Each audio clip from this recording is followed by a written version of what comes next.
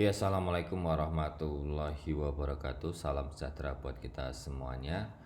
Untuk kali ini saya ingin sharing bagaimana cara atau indikator apa saja yang saya gunakan untuk menganalisa sebuah pergerakan saham ya.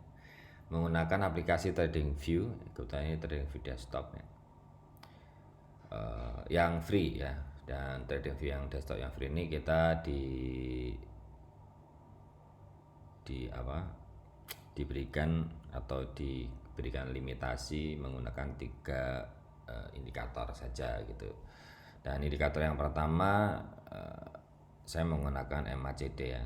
Jadi kalau teman-teman boleh perhatiin, setiap ada golden cross pasti ada kemungkinan harga akan dibawa naik. Misalnya di sini ini ada golden cross di sini ya, area ini sampai di sini ada golden cross, maka di sini harga akan naik.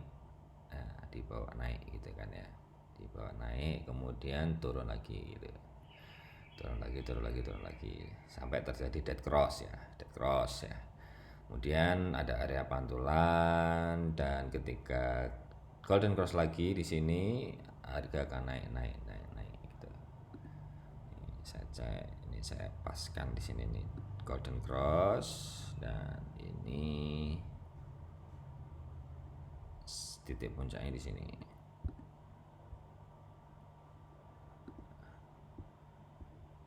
Yes, ini kurang lebih seperti ini. Ini yang pertama nih, golden cross yang pertama. Kemudian ada golden cross yang kedua di sini. Saya tarik dulu titik puncaknya sampai sini titik puncaknya ya. Yang di sini ada golden cross juga. Nah, ini ada golden cross lagi di area ini ya. Golden cross ini, area ini, kemudian puncaknya di sini. Tapi teman-teman bisa perhatiin, sebenarnya kita bisa entry mulai sebelum golden cross ya. Golden cross adalah garis birunya ini menyentuh di garis merah, dan garis birunya kemudian dilanjut di atas garis merah, itu golden cross. Kebalikannya adalah dead cross ya. Tapi teman-teman sekali lagi bisa mengambil keputusan sebenarnya sebelum terjadi golden cross, sehingga kita bisa swingnya agak panjang. Misalnya di sini ya, ini kan sudah mulai mengarah atau mengerucut ya, sehingga kita bisa ambil keputusan masuk di sini ya, dan buangnya di sini.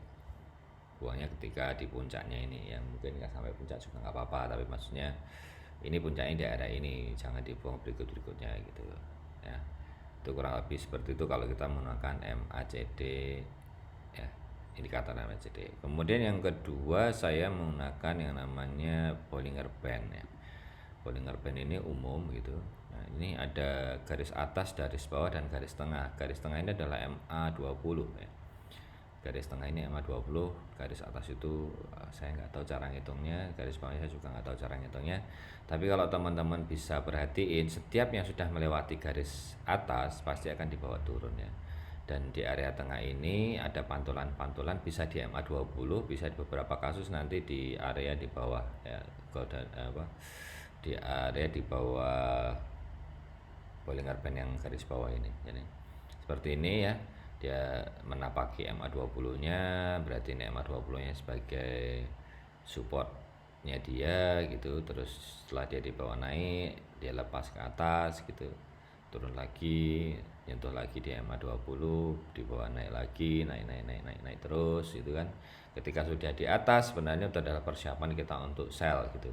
Kapan buy-nya ya? Buy-nya di area-area di bawah ini ya, bisa di MA20 di dalam ini ya, atau di area di bawah Bollinger Band gitu. Seperti ini, turun, kemudian ada pantulan. Nah, ini berarti kita sudah siap-siap untuk buy gitu. Ketika sudah masuk ke sini, mungkin sudah kita jadiin watchlist, nunggu ada volume naik, pasti akan dibawa naik gitu. Kemudian ada satu lagi yang saya sering pakai juga, namanya Heiken Asahi Smoothed by Sell ya. Heiken Asahi Smoothed by Sell ya, versi 4 ya. Nah, ini lebih asik lagi karena di sini sudah dimunculkan sinyal-sinyal buy ya, sinyal-sinyal buy dan sinyal-sinyal sell gitu.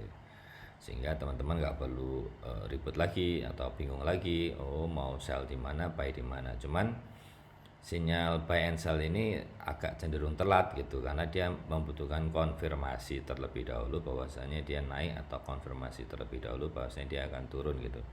Nah, konfirmasinya juga di volume sebenarnya sih kalau diperhatiin ya.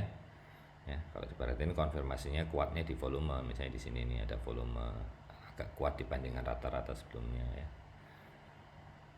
Volume agak kuat dibandingkan rata-rata sebelumnya, dia baru muncul sinyalnya. Tapi sebenarnya bisa kita lakukan, atau kita bisa lebih dulu mengambil keputusan ya. Kebetulan di sini buy-nya lebih cepat daripada sinyal MACD Golden Cross-nya ya. Golden Cross-nya di sini nih. Dia sudah ada sinyal buy-nya di area ini. Jadi dia lebih cepat sih. Ya, kadang bisa lebih cepat, kadang juga lebih telat gitu.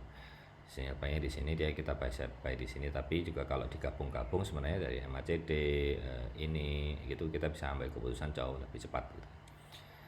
Kemudian sell-nya juga di sini, sell-nya juga telat ya, karena dia butuh konfirmasi volume cukup besar ini ya, cukup besar baru di sell ya.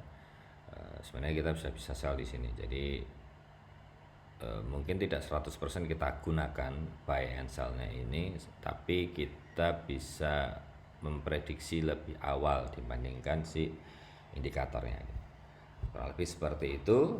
Semoga bisa bermanfaat buat teman-teman ya, untuk menganalisa saham-sahamnya. Assalamualaikum warahmatullahi wabarakatuh. Salam sejahtera, cuan mudah, cuan berkah, cuan berlimpah.